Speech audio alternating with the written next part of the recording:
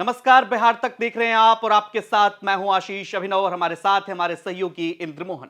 जीतन राम मांझी, पूर्व मुख्यमंत्री बिहार, लगातार आजकल नीतीश कुमार पर हमलावर हैं। उनकी नीतियों को लेकर, चाहे शराबबंदी की नीति हो या फिर सरकार बनाने में मांझी द्वारा नीतीश कुमार को मदद करना।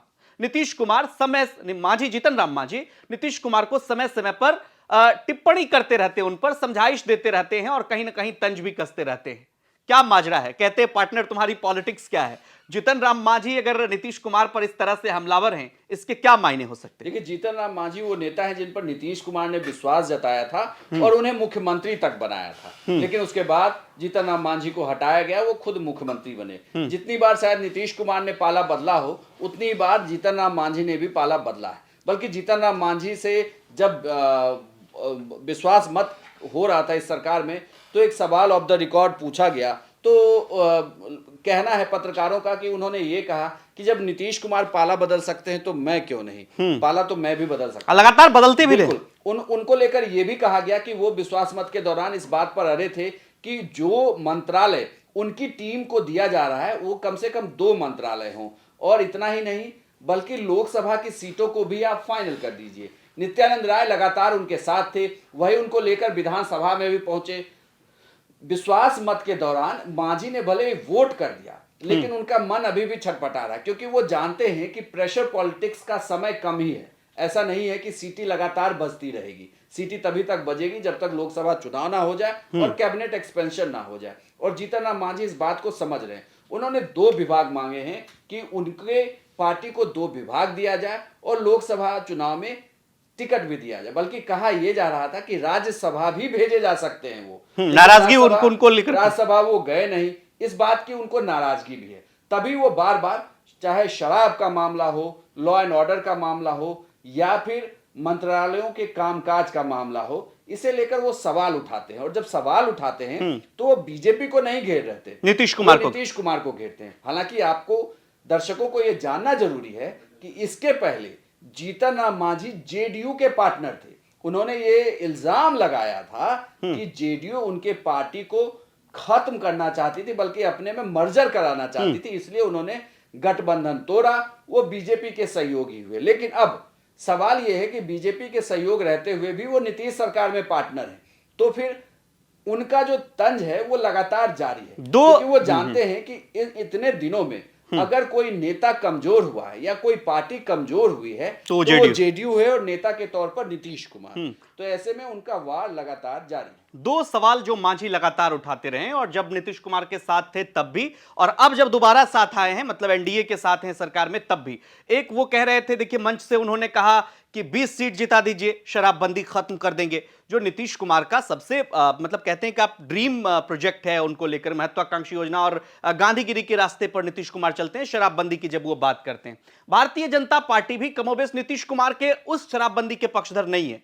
नीतीश मांझी जब ये कहते हैं कि 20 सीट जिता दीजिए, शराबबंदी खत्म कर देंगे, इस पर भी टिप्पणी चाहेंगे कि ये वो क्यों कह रहे हैं? क्या वाकई नीतीश कुमार पर अभी से ही दबाव बनाने की कोशिश, या भारतीय जनता पार्टी भी जीतन राम मांझी के जरिए नीतीश कुमार पर दबाव बनाने की कोशिश कर रही है? पहला सवाल ये। दूसरा सवाल, जब जीतन राम मांझी कहते हैं कि हमको मुख्यमंत्री बनाया था नीतीश कुमार ने, विधानसभा में हमने वो कर्ज चुका दिया है, अब हिसाब बराबर है, यानी अब मांझी कुछ भी कर सकते हैं। बिल्कुल, मांझी कुछ भी कर सकते हैं, लेकिन मांझी के साथ फिलहाल दबाव ये है कि लोकसभा चुनाव होने वाले हैं, और उनका जो सपना है कि उनकी पार्टी का एक सांसद या 2 सांसद लोकसभा तक पहुंचे। उसके लिए उन्हें लगता है कि सबसे मुफीद गठबंधन जो है वो बीजेपी के साथ ही है। ऐसे में लेकिन मुश्किल ये है कि हम और बीजेपी के बीच में जेडीयू का एक ब्रेकर है।